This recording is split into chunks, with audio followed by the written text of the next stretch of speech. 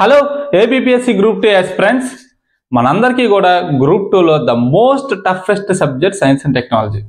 Science and టెక్నాలజీకి సంబంధించి అసలు బిట్ ఎలాగ వస్తుందో కూడా మనకి చాలా వరకు ఒక అవగాహన అయితే లేదు. దానికి సంబంధించి ఎస్ఎన్టీలో మనకి బాగా ప్రాక్టీస్ చేసి మంచి మార్కులు స్కోర్ చేసే విధంగా మనం టెస్ట్ సిరీస్ అయితే లాంచ్ చేసాం. టెస్ట్ నెంబర్ 1 రీసెంట్ గా టెస్ట్ నెంబర్ 2 కూడా రిలీజ్ చేయడం జరిగింది. నవంబర్ మంత్ కి సంబంధించి నవంబర్ 1 నుంచి 15 వరకు వార్తల్లో ఉన్న ప్రతి కరెంట్ అంశంతో పాటు సిలబస్ లో ఉన్నటువంటి యూనిట్ 3ని కూడా కలుపుకొని టెస్ట్ నెంబర్ 2 రిలీజ్ చేసాం. ప్రాక్టీస్ ప్రాక్టీస్ ప్రాక్టీస్ ఇది ఒకటే మనకి ఎస్ఎన్టీకి ఉన్న ద బెస్ట్ సొల్యూషన్. ఇంకా ఎవరైనా ఇంట్రెస్ట్ ఉంటే డిస్క్రిప్షన్ లో ప్రొసీజర్ ఉంది, తీసుకోండి. ఈ రోజు మనం టెస్ట్ నెంబర్ 2 సంబంధించి అది కూడా నవంబర్ 1 నుంచి 15వ తారీఖు వరకు వార్తల్లో ఉన్న ఎస్ఎన్టీ ఎన్విరాన్మెంట్ అంశాలన్నీ కూడా డిస్కస్ చేద్దాం. ద మోస్ట్ ఇంపార్టెంట్ వీడియో ఇది. ఖచ్చితంగా నేనైతే ఈ టెస్ట్ నెంబర్ 2 నుంచి 4 నుంచి 5 మార్కులు వస్తాయని జస్ట్ నా యొక్క అంచనా, కానీ రావాలి. ఎందుకంటే ఇంపార్టెంట్ టాపిక్స్ అన్ని సెలెక్ట్ చేసుకొని మనం ఇందులో పెట్టడం జరిగింది. ఫస్ట్ క్వశ్చన్ చూడండి, ఏమడిగాడు? COP29 అనేది నవంబర్ 11 నుంచి 22 వరకు కూడా బాకు అజర్బైజాన్ లో జరగబోతుంది అని ఇచ్చాడండి, స్టేట్మెంట్ ఇచ్చాడు. ఈ క్వశ్చన్ అడగడానికి కారణం ఏంటంటే ఇది ఎలాగో వార్తల్లో ఉంది. ఒకటైతే మనకి రీసెంట్ గా గ్రూప్ 1 ఫిలిమ్స్ జరిగింది, అందులో చూడండి ఏమడిగాడు క్వశ్చన్. CMS COP14 అనేది 14th సెక్షన్ ఫిబ్రవరి 12 నుంచి 17వ తారీఖున 2024 సంబంధించి ఉజ్బెకిస్తాన్ లో జరిగిందని ఇచ్చాడు. సేమ్ అదే విధంగా క్వశ్చన్స్ ఫ్రేమ్ చేయడం జరిగింది. రీసెంట్ ఏబిపిఎస్సి ట్రెండ్ కు అనుగుణంగా ఒక సైంటిఫిక్ అప్రోచ్ తో మనం క్వశ్చన్స్ అన్ని ప్రిపేర్ చేసాము. ఎస్, ఈ స్టేట్మెంట్ కరెక్ట్ అండి. COP29 సంబంధించి రీసెంట్ గా బాకు అజర్బైజాన్ లో నవంబర్ లోనే జరుగుతుంది, ప్రెజెంట్ జరుగుతుంది. COP29 మీద బిట్టు లేకుండా ఎగ్జామ్ ఉండదు. వన్స్ COP29 పూర్తిగా అయిపోతే COP29 లో అవుట్కమ్స్ ఏంటి అనేది మనం ఒక సెపరేట్ వీడియోలో డిస్కస్ చేద్దాం. దానికి మీరు ఛానల్ని సబ్స్క్రైబ్ చేయండి, మర్చిపోకండి. వీడియోని లైక్ చేయండి. 5 సెకండ్స్ పని అది. సరే, సెకండ్ స్టేట్మెంట్ ఏమి ఇచ్చారు? COP28 ఢిల్లీలో జరిగిందని ఇచ్చాడు, కానీ ఆన్సర్ దుబాయ్. COP28 అనేది మనకి దుబాయ్లో జరిగింది. COP29 లో ఉన్న అవుట్కమ్స్ ఏంటి, COP28 లో ఉన్న అవుట్కమ్స్ ఏంటి అనేది ఒక సెపరేట్ వీడియోలో మనం డిస్కస్ చేద్దాం. ఇప్పుడు మనకి చాలా మందికి డౌట్, అసలు ఏంటి కాప్ అంటే ఏంటి? కాన్ఫరెన్స్ ఆఫ్ పార్టీస్ అంటారు. కాన్ఫరెన్స్ ఆఫ్ పార్టీస్ అంటే ఏం లేదండి, వివిధ దేశాలకు చెందిన వ్యక్తులు, ఫర్ సపోజ్ ఇండియా నుంచి ఒక పర్సన్, చైనా నుంచి ఒక పర్సన్, రష్యా నుంచి ఒక పర్సన్, ఇలా వివిధ దేశాలకు చెందిన వ్యక్తులు ఒక దగ్గర కూర్చొని ఒక పర్టికులర్ ఒక అంశం మీద డిస్కస్ చేసి దాని మీద ఎటువంటి చర్యలు మనం తీసుకోవాలి అని పెట్టుకున్న మీటింగే Conference of Parties. Any topic, ఏ టాపిక్ అయినా డిస్కస్ చేయొచ్చు. ఫర్ ఎగ్జాంపుల్ చూడండి, United Nation Framework on Climate Change ఉంది అంటే వాతావరణంలో మార్పులకు సంబంధించి ఒక కాప్ ఉంది. అదేంటి? ఇప్పుడు మనం చదువుకున్నదే COP29 2024 సంబంధించి. COP29 ఎక్కడ జరిగింది? బాకు అజర్బైజాన్. COP28 2023లోనే ఎక్కడ జరిగింది? దుబాయ్. 2022లో COP27 జరిగింది. ఎక్కడ జరిగింది? ఈజిప్ట్లోనే షర్మ్ ఎల్ షేక్ లో జరిగింది. ఇవన్నీ ఏంటి? కన్ఫ్యూజ్ అవ్వకండి. చూడండి 29 ఈ నెంబర్ గుర్తు రాగానే క్లైమేట్ చేంజ్ గుర్తు రావాలి. ఎస్, దీనికి సంబంధించి వాతావరణంలో మార్పులకు సంబంధించి ఎటువంటి మనం యాక్షన్స్ తీసుకోవాలి అనేది ఉంటుంది. ఓకేనా? ఇప్పుడు చూడండి, కన్వెన్షన్ ఆఫ్ బయోలాజికల్ డైవర్సిటీ, జీవ వైవిధ్యానికి సంబంధించి ఎలాగ మనం ప్రొటెక్ట్ చేసుకోవాలి, ఎలాగ మన పర్యావరణంలో ఉన్నటువంటి జీవ వైవిధ్యానికి ఎటువంటి హార్మ్ఫుల్ యాక్టివిటీస్ చేపట్టకుండా ఎలా కాపాడాలనేది దీని యొక్క ముఖ్య ఉద్దేశం. ఇది చూడండి, మనకి రీసెంట్ గా కన్వెన్షన్ ఆఫ్ బయోలాజికల్ డైవర్సిటీకి సంబంధించి COP16 2024 సంబంధించి ఖలీలో జరుగుతుంది. ప్రెసెంట్ జరిగింది ఆల్రెడీ. దానికి ముందు జరిగింది COP15 ఎక్కడ జరిగింది? కుమ్నింగ్, చైనాలో ఈ ప్రదేశంలో జరిగింది. అంతేనా? ఈ రెండింటికి సంబంధించిన ఇంకా CMతో పాటు కన్వెన్షన్ ఆన్ మైగ్రేటరీ స్పీసీస్ అనమాట. మైగ్రేటరీ స్పీసీస్ అంటే వలస అనమాట. వలస పక్షులు ఉంటాయి కదండి, కొన్ని ఒక ప్రదేశం నుంచి ఇంకో ప్రదేశానికి ఎప్పుడు కూడా స్థిరంగా ఉండకుండా ఇటు నుంచి అటు మూవ్ అవుతుంటాయి అవి. వీటికి సంబంధించి రీసెంట్ గా COP14 అనేది వార్తల్లో ఉంది. ఉజ్బెకిస్తాన్ లో జరిగింది అనమాట. అదే గ్రూప్ 1 లో మనం అడిగాడు. ఇది కాప్కి సంబంధించి మనం క్లారిటీ తెచ్చుకోవాల్సిన అంశం అనమాట. క్లైమేట్ చేంజ్ కి సంబంధించింది ఇది, కన్వెన్షన్ బయోలాజికల్ డైవర్సిటీకి సంబంధించింది ఇది, మైగ్రేటరీ స్పీసీస్ సంబంధించింది ఇది. ఇవే కాదు, ఇంకా చాలా ఉన్నాయి, బట్ మనకి ఎగ్జామ్ కి ఉపయోగపడేవి మాత్రమే సెలెక్ట్ చేసుకుని చెప్పాను. COP29, 28 గురించి సెపరేట్ వీడియోలో డిస్కస్ చేద్దాం. చాలా ఇంపార్టెంట్ అది, చాలా అంటే చాలా. ఖచ్చితంగా కాప్ అనే పదం లేకుండా మన క్వశ్చన్ పేపర్ అనేది తయారవ్వదు. రెండో క్వశ్చన్ చూడండి, ఎమిషన్ గ్యాప్ రిపోర్ట్ 2024ని ఎవరు రిలీజ్ చేశారంటే యునైటెడ్ నేషన్ ఎన్విరాన్మెంట్ ప్రోగ్రామ్ అనేది రిలీజ్ చేసింది. Correct statement. యుఎన్ఈపి ఏ సంవత్సరంలో ఫామ్ అయింది? కామెంట్ సెక్షన్లో కామెంట్ చేయండి. ఎమిషన్స్ గ్యాప్ రిపోర్ట్, ఈ రిపోర్ట్ మొత్తం మీద హైలైట్ పాయింట్ ఒకటి ఉందండి. రేపు ఎగ్జామ్లో అడిగితే అది అడిగి దానికి సంబంధించి ఎక్స్ట్రా ఏమైనా అడుగుతాడు. ఈ పాయింట్ లేకుండా అడగడు. ఏంటంటే ప్రస్తుత దేశాలు ఎన్విరాన్మెంట్ పాలసీస్ ఉన్నాయి కదండి. అంటే ఎన్విరాన్మెంట్కి హాని కలగకుండా ఎటువంటి మెజర్స్ తీసుకున్నాయో అవే మెజర్స్ అదే విధంగా తీసుకుంటే ప్రీ ఇండస్ట్రియల్ లెవెల్ కన్నా అప్పుడున్న టెంపరేచర్స్ కన్నా 3.1 డిగ్రీ సెల్సియస్ అనేది పెరుగుతుంది. ఇంకా క్లారిటీ చెప్పాలంటే మనకి ఇండస్ట్రియల్ రెవల్యూషన్ వచ్చింది. బిఫోర్ ఇండస్ట్రియల్ రెవల్యూషన్ రాకముందు CO2 ఎమిషన్స్ అంతగా లేవు. అప్పుడు టెంపరేచర్ అనేది బాగానే ఉండేది. ఇండస్ట్రియల్ రెవల్యూషన్ వచ్చిన తర్వాత మనకి వాతావరణంలో మార్పులు చేర్పులు జరగడం స్టార్ట్ అయ్యాయి. కనుక దీనికి ముందు ఉన్న టెంపరేచర్ కన్నా ప్రజెంట్ ఉన్న పాలసీస్ కానీ ఫాలో అయితే అన్ని దేశాలు 2000 ఏమిచ్చాడు స్టేట్మెంట్లో 3.1 డిగ్రీ సెల్సియస్ అనేది 2030కి మనకి వాతావరణంలో టెంపరేచర్ రైజ్ అనేది ఉంటుందని ఇచ్చాడు. అది కానీ మనకి ప్యారిస్ అగ్రిమెంట్ ప్రకారం ఎంత పెట్టుకున్నామండి? 1.5 డిగ్రీ సెల్సియస్ పెట్టుకున్నాం. అంటే ఇంకా మన ప్రజెంట్ దేశాలు మెజర్స్ ఇంకా ఎక్కువ తీసుకోవాలని ఈ రిపోర్ట్ మనకి సూచిస్తుంది. ఎప్పుడైనా ఒక రిపోర్ట్ వచ్చిందంటే దాన్ని ఎవరు రిలీజ్ చేశారనేది చాలా ఇంపార్టెంట్. యుఎన్ఈపి. మరి యుఎన్ఈపి ఇంకేదైనా రిపోర్ట్స్ రిలీజ్ చేసిందంటే చూడండి, థర్డ్ క్వశ్చన్ అది అడిగాను. Emissions gap report, global environment outlook, adaptation gap report, ఆ 3 రిపోర్ట్స్ కూడా యుఎన్ఈపి అనేది రిలీజ్ చేయడం జరిగింది. ఫోర్త్ క్వశ్చన్ చూడండి, మ్యాంగ్రూవ్స్ మీద అడిగాను. క్వశ్చన్లోకి వెళ్ళే ముందు మ్యాంగ్రూవ్స్ గురించి కొంచెం కాన్సెప్ట్ తెలుసుకుందాం. మ్యాంగ్రూవ్స్ మడ అడవులు అంటారు తెలుగులో. మ్యాంగ్రూవ్స్ హాలోఫైట్స్ చెప్తాను చూడండి. మ్యాంగ్రూవ్స్ అనేవి సాల్ట్ టోలరెంట్ ట్రీస్, అంటే ఉప్పుని వాటర్లో ఉన్న శాలినిటీని తట్టుకొని ఇవి గ్రో అవ్వగలవు అనమాట. వాటర్లో సాల్ట్ కంటెంట్ ఎక్కువ ఉంటే అక్కడ మొక్కలు పెరగవు, అయినా సరే ఇవి పెరుగుతున్నాయి. అందుకే దీన్ని సాల్ట్ టోలరెంట్ ట్రీస్. వాటిని మరొక పేరు హాలోఫైట్స్ అంటారు. ఎగ్జామ్లో హాలోఫైట్స్ అనగా ఏమిటని ఇస్తారు, చాలా కన్ఫ్యూజ్ అవ్వాల్సిన అవసరం లేదండి. సింపుల్. హాలోఫైట్స్ అంటే వాటర్లో ఉన్న శాలినిటీని తట్టుకొని గ్రో అయ్యే చెట్లను హాలోఫైట్స్ అంటారు. Mangroves best example. ఓకే, మనకి రివర్ తెలుసుకుందాం. రివర్ వెళ్ళి వాషన్లో కలిసేటప్పుడు ఇక్కడ బ్రాకిష్ వాటర్స్ ఫామ్ అవుతాయి. అంటే fresh water plus salt water combination ఉంటుంది అనమాట. అక్కడ ఈ మ్యాంగ్రూవ్స్ అనేది మనకు రావడం జరుగుతుంది. సరే, మ్యాంగ్రూవ్స్ వల్ల ఉపయోగం ఏంటంటే మనందరికీ తెలిసింది ఏంటంటే ఇది ఒక line of defence. Coastal communities ఇక్కడ ఉన్నాయి అనుకోండి, ఇక్కడ వాషన్ ఉంది. ఈ వాషన్ నుంచి వచ్చే సునామీస్ నుంచి కానీ సైక్లోన్స్ నుంచి కానీ ఫస్ట్ ఆఫ్ ఆల్ మన కోస్టల్ కమ్యూనిటీస్ని ప్రొటెక్ట్ చేసేది మ్యాంగ్రూవ్సే. రెండో ఇంపార్టెంట్ పాయింట్ ఏంటంటే కార్బన్ డైఆక్సైడ్ని కూడా అవి అబ్జర్వ్ చేసుకుంటుంది. ప్లస్ వాటర్లో ఉన్న పొల్యూటెంట్స్ అనగా ఏంటి, హెవీ మెటల్స్ ఉంటాయి కొన్ని, వాటిని కూడా అవి అబ్జర్వ్ చేసుకుంటుంది. ఇన్ని ఉపయోగాలు ఉన్నాయి కాబట్టి గవర్నమెంట్ దీని మీద ప్రత్యేక చర్యలు చేపట్టారు. 2023-24 బడ్జెట్లోని మిస్టీ అనే ప్రోగ్రామ్ అనేది స్టార్ట్ చేసింది సెంట్రల్ గవర్నమెంట్, మ్యాంగ్రోవ్ ఇనిషియేటివ్ అని. దీని యొక్క ప్రధానమైన ఉద్దేశం ఏంటంటే కోస్టల్ లైన్లోని 540 కిలోమీటర్లు దాదాపు ప్రాంతంలోని మనకి మ్యాంగ్రోవ్ ప్లాంటేషన్ అనేది చేయాలి. దాని ద్వారా కోస్టల్ కమ్యూనిటీస్ యొక్క ఇన్కమ్ పెంచాలనే ఉద్దేశంతో ఈ మిస్టీ ఇనిషియేటివ్ లాంచ్ చేయడం జరిగింది. మడ అడవుల్లో భారతదేశంలోనే కాదు ప్రపంచంలో అతిపెద్ద మడ అడవులు ఏంటంటే సుందర్బన్స్కి మరొక ప్రత్యేకత ఉంది. జనరల్గా ఇలాంటి ప్రదేశాల్లో మడ అడవుల దగ్గర టైగర్ అనేది హ్యాబిటేట్ ఏర్పాటు చేసుకోదు, కానీ సుందర్బన్స్లోని టైగర్ అనేది హ్యాబిటేట్ చేసుకుంటుంది. దాదాపు 88 పులులు అక్కడ హ్యాబిటేట్ ఏర్పాటు చేయడం జరిగింది. సుందర్బన్స్ అనేవి ఇండియా అండ్ బంగ్లాదేశ్తో 2 దేశాల్లో కూడా దాని యొక్క ఏరియా అనేది విస్తీర్ణం ఉంది. సరే, మన భారతదేశంలో మడ అడవుల యొక్క విస్తీర్ణం 4992 square kilometres according to Indian forest report. ఇప్పుడు క్వశ్చన్ చూడండి, 4వ క్వశ్చన్ ఏమి ఇచ్చాడు? భితర్కనికా నేషనల్ పార్క్ అనేది ఒడిశాలో ఉంది. ఎందుకు వార్తల్లో ఉందంటే రీసెంట్గా సైక్లోన్ దానా తుఫాన్ వచ్చింది, అందరికీ తెలిసిందే.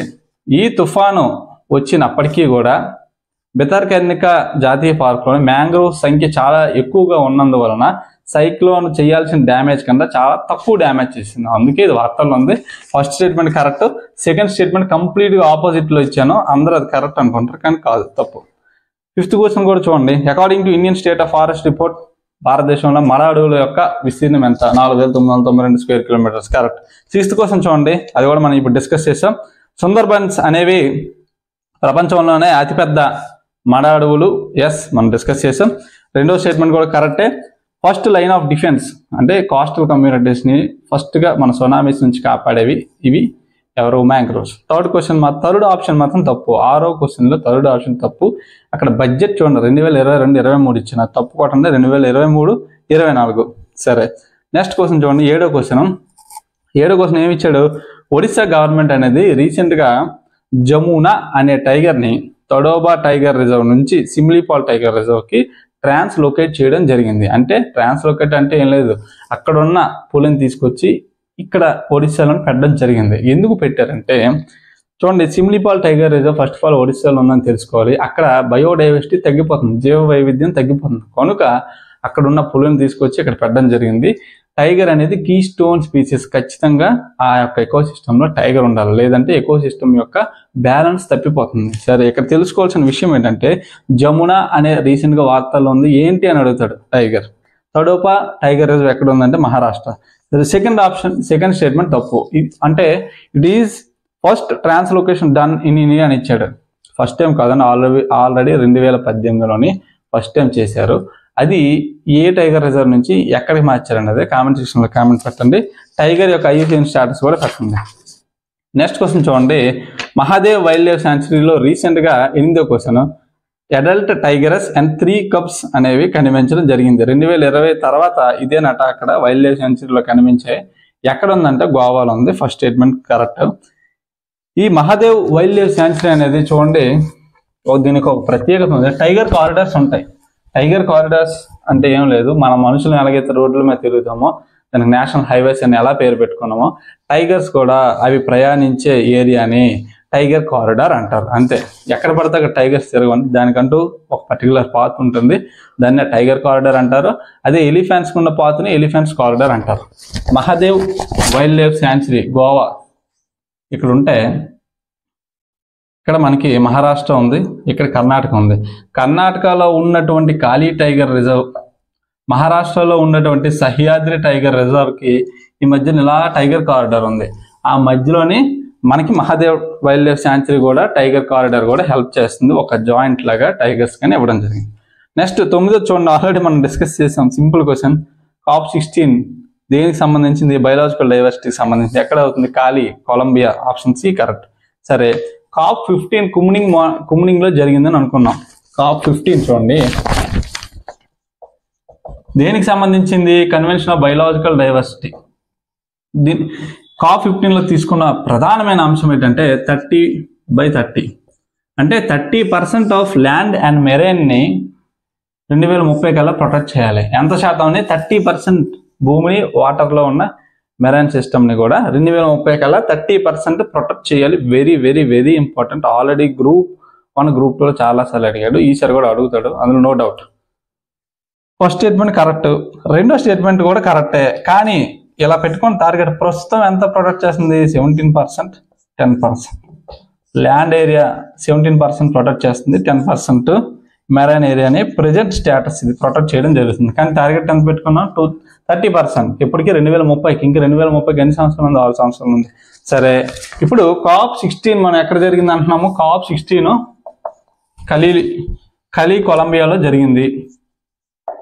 కొలంబియాలో జరిగింది. ఇప్పుడు దీంట్లో కొన్ని మంచి అవుట్కమ్స్ ఉన్నాయి. అవేంటంటే ఇండిజినస్ పీపుల్ అంటే లోకల్ పీపుల్ని ఇందులో భాగస్వామ్యం చేయడం. ఎస్, బయోడైవర్సిటీ కన్జర్వేషన్ అనేది మనం చేస్తున్నామా, గవర్నమెంట్ చేస్తుందా, ఎక్కువ లోకల్ ట్రైబల్ పీపుల్ చేస్తున్నారా? వాళ్ళే చేస్తారండి. ఎందుకంటే వాళ్ళు పర్యావరణంతో అనుసంధానమే వాళ్ళ జీవన విధానం ఉంటుంది. మనం పర్టికులర్గా మనం ఏం చేస్తాం? ఏదో మన పెరట్లో మొక్క నాడుతాం, కానీ వాళ్ళు ఏం చేస్తారు? వాళ్ళ యొక్క లైఫ్ స్టైలే ఎన్విరాన్మెంట్తో లింక్ అయి ఉంటుంది. కనుక బయోలాజికల్ డైవర్సిటీ మెజర్స్లోని లోకల్ పీపుల్ యొక్క ఇన్వాల్వ్మెంట్ ఎక్కువ ఉండాలని ఒక అవుట్కమ్. అయితే 2వ స్టేట్మెంట్, ఇదంతా చూడండి 11th క్వశ్చన్ ఎక్స్ప్లెయిన్ చేస్తాను. బెనిఫిట్ షేరింగ్ ఉండాలి. అంటే ఈ బయోడైవర్సిటీ వల్ల కొన్ని బెనిఫిట్స్ వస్తాయి కదండి, అందులో కొన్ని మూలికలు ఉంటాయి, మెడిసిన్స్ ఉంటాయి, బాగా యూజ్ అయినవి. వాటిని యాక్చువల్లీ ప్రొటెక్ట్ చేసేది ఎవరు? Local people. కనుక వాటి నుంచి ఏదైనా మన బెనిఫిట్ కానీ వచ్చింది అనుకోండి, ఆ బెనిఫిట్ని లోకల్ పీపుల్ కూడా షేర్ చేయాలని చెప్పింది. అయితే ఇండియా ఒక అద్భుతమైన స్టెప్ తీసుకుంది. ఏంటని చూడండి, 81,664 కోట్లు కేటాయించింది. దేనికి చూడండి, బయోడైవర్సిటీ అండ్ కన్జర్వేషన్ ఎఫర్ట్స్ కోసం, జీవ వైవిధ్యాన్ని కాపాడడానికి కోసం 2025 నుంచి 2030 వరకు కూడా 81,664 కోట్లు కేటాయించడం జరిగింది. కనుక 11వ క్వశ్చన్ ఆన్సర్ ఏమిటి, నన్. 12వ క్వశ్చన్ చూడండి, రీసెంట్గా రణతంబోర్ నేషనల్ పార్క్లో 75 పుళ్ళు ఉంటే 25 పుళ్ళు మిస్సింగ్ అయ్యాయి. అందుకు ఇది వార్తల్లో ఉందన్నమాట. Ranthambore same are for Rajasthan. Simple, ఎక్కడ ఉంది, రాజస్థాన్ ఉంది. కానీ సెకండ్ స్టేట్మెంట్ వెస్ట్ బెంగాల్ అని ఇచ్చాడు. అంటే 75లో 25 పులులు కనిపించట్లేదు. అంటే మనుషులకి ఈ రోజుల్లో సంరక్షణ లేదు, పులులకు కూడా సంరక్షణ లేదు. 13వ క్వశ్చన్ చూడండి, రీసెంట్లీ ప్రధానమంత్రి Modi inaugurated A plant in which place. ఏంటి, రీసెంట్గా మోడీ నుంచి ఒక మ్యానుఫ్యాక్చరింగ్ ప్లాంట్ని ఇనాగ్రేట్ చేశారు, అంటే ప్రారంభించాడు. ఎవరిది, Tata advanced systems limited, Tata కంపెనీకి సంబంధించింది. ఓకే, దీని యొక్క ప్రత్యేకత ఏమిటంటే Su-295 ఎయిర్ క్రాఫ్ట్ని మ్యానుఫ్యాక్చరింగ్ చేసింది. ఇది air craft which is military air craft. ఇప్పుడు 2022లోనే మన మోడీ గారు వెళ్ళి అక్కడ శంకుస్థాపన రాజేశారు. నాన్ స్టాప్గా మోడీ గారే గెలుస్తున్నారు కాబట్టి ప్రారంభించింది, పునాది శంకుస్థాపన చేసింది అతనే, ఇప్పుడు ప్రారంభిస్తుంది కూడా అతనే. Su-295 అనమాట. అయితే వడోదరాలోనే దీన్ని ప్రారంభించారు. దీని యొక్క ప్రత్యేకత ఏంటంటే మిలిటరీ ఎయిర్ క్రాఫ్ట్కి సంబంధించి భారతదేశంలోని ఫస్ట్ ప్రైవేట్ కంపెనీ మ్యానుఫ్యాక్చరింగ్ సంబంధించి. అంటే ఇదే Tata Tata Advanced System Limited అనేది భారతదేశంలోని మిలిటరీ ఎయిర్ క్రాఫ్ట్కి సంబంధించి ఫస్ట్ ప్రైవేట్ మ్యానుఫ్యాక్చరింగ్ ప్లాంట్ ఇది. That is speciality. 14వ క్వశ్చన్ చూడండి, COP16 ఎక్కడ జరిగింది, మనం ఇప్పుడే డిస్కస్ చేస్తాం. కొలంబియాలో జరిగింది. COP14 మాత్రం నగోయాలో జరగలేదు, షర్మ్ ఎల్ షేక్ ఈజిప్ట్లో జరిగింది. థర్డ్ ఆప్షన్ చూడండి, COP బయోలాజికల్ డైవర్సిటీకి సంబంధించి భారతదేశంలో ఒకసారి జరిగింది, COP11 హైదరాబాద్లో. అది కూడా మన తెలుగు ప్రాంతమైన హైదరాబాద్లో జరిగింది, అందుకే అది అడగడం జరిగింది. COP5 నైరోబి కెన్యాలో జరిగింది. ఎందుకు అది అడిగానంటే International Day for Biological Diversity ఎప్పుడు, May 22. Very important, very important. May 22 International Day for Biological Conservation. సరే, ఈ మే 22 COP5 నైరోబిలో జరిగిన ఈ సమావేశంలో యునైటెడ్ నేషన్ జనరల్ అసెంబ్లీ 2000 ఇయర్లోనే ఈ సమావేశం జరుగుతున్నప్పుడే దీన్ని డిక్లేర్ చేయడం జరిగింది. అందుకు ఇంపార్టెంట్. అన్నీ గుర్తుపెట్టుకోలేమండి, కొన్ని ఇలాంటి ఇంపార్టెంట్ అని గుర్తుపెట్టుకోవాలి. నెక్స్ట్ చూడండి, ఇంటర్నేషనల్ సోలార్ అలయన్స్కి సంబంధించి 7వ సమావేశం న్యూఢిల్లీలోని నవంబర్ 3 నుంచి 6వ తారీఖు వరకు జరిగిందని 15వ క్వశ్చన్లో ఫస్ట్ స్టేట్మెంట్ ఇచ్చారు. అది అబ్సల్యూట్లీ కరెక్ట్, నో డౌట్. అందులోనే ఇంటర్నేషనల్ సోలార్ అలయన్స్ COP21లోని 2015లో జరిగినటువంటి COP21లోని ఇండియా, ఫ్రాన్స్ కలిసి సోలార్ ఎనర్జీని ఇంకా ఎక్కువ ప్రొడక్ట్ చేయాలని ఒక ఉద్దేశంతో ఫామ్ చేయడం జరిగింది. తప్పండి, చూసారా, it is a global initiative. 2020లో లాంచ్ చేశారని ఇచ్చాడు, కానీ 2015. రెండో స్టేట్మెంట్ ఎలాగో కరెక్టే. ఎందుకు, ఏ దేశాల్లోనైతే సోలార్ ఎనర్జీ యొక్క సామర్థ్యం తక్కువ ఉంటుందో ఆ దేశంలోని వీళ్ళు సోలార్ ఎనర్జీ హెల్ప్ చేయడం జరుగుతుంది అనమాట. దీని యొక్క మెయిన్ ఫోకస్ ఈ 7th మీటింగ్లో డిస్కస్ చేశారు. అయితే ఈ మీటింగ్ జరిగిన ప్రతిసారి ఒక రిపోర్ట్ ఇస్తారండి. రీసెంట్గా 3 రిపోర్ట్లు ఇచ్చారు. రిపోర్ట్ పేరు ఏంటి, very important, world solar report series. World solar report series అన్నాడు కాబట్టి దీంట్లో ఇంకా సబ్ రిపోర్ట్స్ ఉంటాయి అన్నమాట. సరేనా, క్వశ్చన్ అడిగాడు చూడండి, 16వ క్వశ్చన్. కింది వాటిలో వరల్డ్ సోలార్ రిపోర్ట్ సిరీస్లో భాగం కానిది ఏంటి అడిగాడు.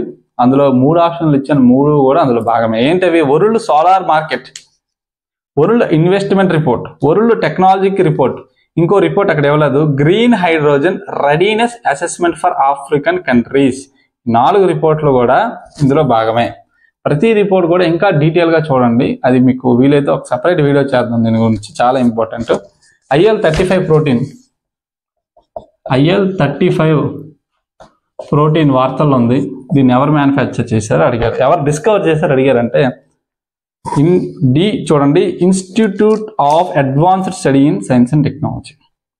సరే, ఈ ప్రోటీన్ యొక్క అడ్వాంటేజ్ ఏంటంటే మన బాడీలోని ఇమ్యూన్ సిస్టమ్ని డెవలప్ చేస్తుంది. అది ఇంపార్టెంట్. దాని యొక్క ప్రధానమైన ఆబ్జెక్టివ్ ఏంటో కూడా తెలుసుకోవాలి, ఎవరి మ్యానుఫ్యాక్చర్ కూడా తెలుసుకోవాలి. 18 చూడండి, రీసెంట్గా కేరళలోని 10 కోస్టల్ డిస్ట్రిక్ట్స్లోని కోస్టల్ జోన్ మేనేజ్మెంట్ ప్లాన్ అనేది ఇంప్లిమెంట్ చేశారు. ఈ కోస్టల్ జోన్ మేనేజ్మెంట్ ప్లాన్ అంటే ఏమీ లేదు, సింపుల్గా చెప్పాలంటే తీర ప్రాంతాలని సెలెక్ట్ చేసుకుంటుంది. అక్కడ హ్యూమన్ యాక్టివిటీస్ని రెగ్యులేట్ చేస్తుంది, కంట్రోల్ చేస్తుంది. అంటే ఎలా పడితే అలా చేయడానికి కావదు. 2, ఆ కోస్టల్ ఎకోసిస్టమ్ని ప్రొటెక్ట్ చేయడం దీని యొక్క ప్రధానమైన ఉద్దేశం. రీసెంట్గా మినిస్ట్రీ ఆఫ్ ఎన్విరాన్మెంట్ కేరళలోని 10 జిల్లాల్లోని ఈ కోస్టల్ మేనేజ్మెంట్ ప్లాన్ని ఇంప్లిమెంట్ చేయడం జరిగింది. అది సింపుల్గా చెప్పాలంటే. నెక్స్ట్ 19 క్వశ్చన్ చూడండి, గరుడ శక్తి ఏ దేశాల మధ్య జరుగుతుందంటే ఇండియా అండ్ ఇండోనేషియా. కానీ అక్కడ చూడండి, రీసెంట్గా భారతదేశానికి చెందిన ఒక 25 మంది ఇండోనేషియాకు వెళ్ళి అక్కడ గరుడ శక్తిలో పార్టిసిపేట్ చేయడం జరిగింది అని ఇచ్చాడు.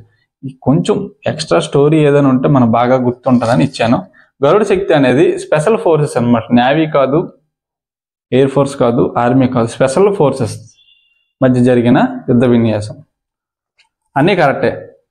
20 క్వశ్చన్ చూడండి, వైల్డ్ లైఫ్ కంట్రోల్ బ్యూరో అనేది రీసెంట్గా సెటప్ చేసింది. ఏంటి, ఒక ఎంక్వైరీ టీమ్ సెటప్ చేసింది. ఎందుకంటే 10 ఎలిఫెంట్స్ అనేది చనిపోవడం జరిగింది బంధార్ఘర్ టైగర్ రిజర్వ్లోని.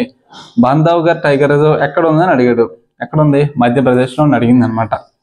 మధ్యప్రదేశ్లోనే ఉంది. అయితే శాటిలైట్ కాలర్స్ అనే టెక్నాలజీని వాడుకొని మధ్యప్రదేశ్ ఫారెస్ట్ డిపార్ట్మెంట్ అనేది ఎలిఫెంట్స్ని ట్రేస్ అవుట్ చేయడం స్టార్ట్ చేసింది. ఓకే. 21 ఏమంచి ట్యూబర్క్యులోసిస్ని మా మోడీ గారు 2018లోని ఒక స్టేట్మెంట్ ఇచ్చారు. 2025 కల్లా ట్యూబర్క్యులోసిస్ని కంప్లీట్గా మనం ఎలిమినేట్ చేస్తామని ఇచ్చారు. Direct question, simple question. అయితే టీబీ అనేది బ్యాక్టీరియల్ డిసీజా లేదా వైరల్ ఇన్ఫెక్షన్ అనేది కామెంట్ సెక్షన్లో కామెంట్ చేయండి. 22 చూడండి, రీసెంట్గా ministry of new and renewable energy అనేది సెంటర్ ఆఫ్ ఎక్సలెన్స్ని సెటప్ చేయడానికి కొన్ని ప్రపోజల్స్ రిలీజ్ చేసింది అనమాట. First of all centre of excellence అంటే ఏం తెలుసుకోవాలి. దాని గురించి పెద్ద సింపుల్ అండి. సెంటర్ ఆఫ్ ఎక్సలెన్స్ అంటే అక్కడ గ్రూప్ ఆఫ్ రీసెర్చర్స్ ఉంటారు. వాళ్ళకి ఏం ఎక్విప్మెంట్ కావాలంటే అన్నీ కూడా ప్రొవైడ్ చేస్తారు. వాళ్ళ పని ఏంటంటే వాళ్ళకి ఇచ్చిన టాపిక్ మీద ఎనాలిసిస్ చేసి దాన్ని ఇంకా ఇన్నోవేటివ్ మెథడ్స్ కనుగొనడం అనమాట. సింపుల్గా దేనికి సంబంధించి మనకి నేషనల్ గ్రీన్ హైడ్రోజన్ మిషన్ ఉంది.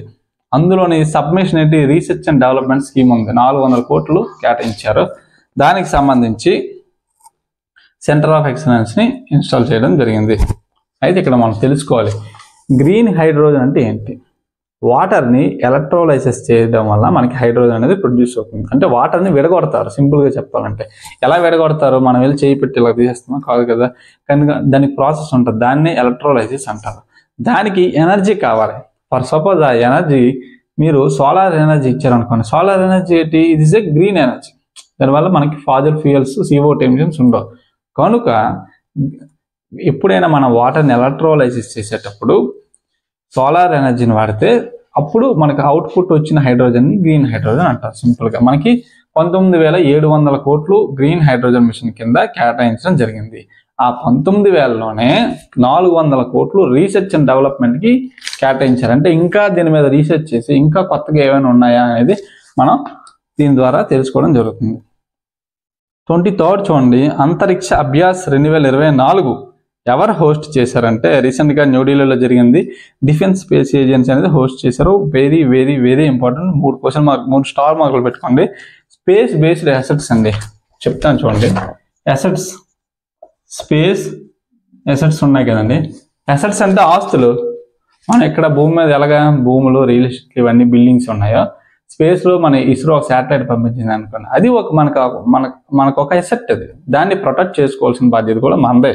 కనుక స్పేస్ బేస్డ్ అసెట్స్ని కాపాడుకుంటూ మరియు స్పేస్ అప్లికేషన్స్ని మిలిటరీ ఆపరేషన్స్లోని ఎక్కువ వినియోగించాలనే ఉద్దేశంతోనే అంతరిక్ష అభ్యాస్ 2024 అనేది Defence Space Agency under Ministry of Defence ఇది కండక్ట్ చేయడం జరిగింది. 24 question, world first wood panelled satellite, చెక్క పలకతో కూడిన ఉపగ్రహం. ఫస్ట్ ఎవరు ఇలాంటి కొత్తవన్నీ ఎవరు తయారు చేస్తారు? జపాన్ వాళ్ళు ఇవన్నీ చేస్తారు. అయితే ఆ శాటిలైట్ పేరు ఏంటంటే లిగ్నోసాట్. సరే, వుడ్ వాడామన్నారు కదా, ఏ చెట్టు అంటే మంగోలియా మంగోలియా చెట్టుకు సంబంధించిన కలపను తీసుకొచ్చి ఇందులో వాడారు. సరే, ఎందుకు ఇందులో వాడారు చెప్పండి? పుష్పలాగా ఎర్రచందనాన్ని స్మగ్లింగ్ చేయడానికి స్పేస్లోకి అక్కడ ఎవరు కొంటారు? ఎందుకు వాడారంటే వుడ్ అనేది, కలప అనేది స్పేస్లోకి వెళ్ళినప్పుడు వాతావరణం అక్కడ ఎలాగుంటుంది, ఎక్స్ట్రీమ్ టెంపరేచర్స్ ఉంటుంది. అయితే బాగా చల్లదనమైన ఉంటుంది, లేదా హై టెంపరేచర్స్ అని ఉంటుంది. వాటికి తగ్గట్టుగా వుడ్ రియాక్షన్ ఏంటి, అక్కడ సర్వే అవ్వగలదా లేదా? ఒకవేళ సక్సెస్ అయింది అనుకోండి, నెక్స్ట్ టైం ఏదైనా రాకెట్ పంపించినప్పుడు వుడ్ ద్వారా తయారు చేసి పంపించడం జరుగుతుంది. అది దీని యొక్క ప్రధానమైన ఉద్దేశం, చాలా ఇంపార్టెంట్. వుడ్ అంటే మనందరికి ఇప్పుడు పుష్ప 2 ట్రైలర్ వచ్చింది, మనందరం కూడా ఈసారి ఎగ్జామ్కి మాత్రం ఎట్టి పరిస్థితుల్లో తగ్గేదేలే, మరి దానికి తగ్గట్టుగా చదవాలి కూడా. సరే, 25 క్వశ్చన్ చూడండి. విచ్ గవర్నమెంట్ స్కీమ్ అంటే ఎలక్ట్రికల్ వెహికల్స్ ఈ మధ్య సేల్ పెరుగుతుంది బాగా, దానికి సంబంధించి ఏ స్కీమ్ అనేది ప్రముఖ పాత్ర పోషిస్తుంది అంటే పిఎం ఈ డ్రైవ్ స్కీమ్. అది సింపుల్ క్వశ్చన్, అది పేర్లు మీరు చదవగానే అర్థమైపోతుంది. పిఎం ఈ డ్రైవ్ స్కీమ్. ఈ అంటే ఎలక్ట్రిక్ వెహికల్స్ అనమాట. అంటే మనకి ఎలక్ట్రిక్ వెహికల్కి సంబంధించి ఫేమ్ 1 ఫేమ్ 2 స్కీమ్స్ ఉన్నాయి already. Fame 2 scheme expire date అయిపోయింది ఆల్రెడీ, దానికి ఇచ్చిన డెడ్ లైన్ అయిపోయింది. దాని స్థానంలోనే పిఎం ఈ డ్రైవ్ స్కీమ్ అనేది ప్రభుత్వం అనేది అనౌన్స్ చేయడం జరిగింది. 10,900 కోట్లతో దీన్ని లాంచ్ చేశారు రాబోయే 2 సంవత్సరాలకి. అక్టోబర్ 1, 2024 నుంచి మార్చ్ 31, 2026 వరకు ఇది కూడా అమల్లో ఉంటుంది. టెస్ట్ నెంబర్ 2కి సంబంధించి కరెంట్ అఫైర్స్ అన్నీ మనం డిస్కస్ చేస్తాం. ఇంకా 35 బిట్స్ ఉన్నాయి యూనిట్ 3కి సంబంధించి, అవన్నీ కూడా నెక్స్ట్ వీడియోలో డిస్కస్ చేద్దాం. మీరు ఛానల్ని సబ్స్క్రైబ్ చేయండి, వీడియోని లైక్ చేయండి. అతి ముఖ్యంగా ఎస్ఎన్టీ ప్రాక్టీస్ చేయండి, ప్రాక్టీస్ ఇంపార్టెంట్. ఎంత చదివినా ప్రాక్టీస్ చేయకపోతే యూజ్ లేదు. Thank you very much, all the best.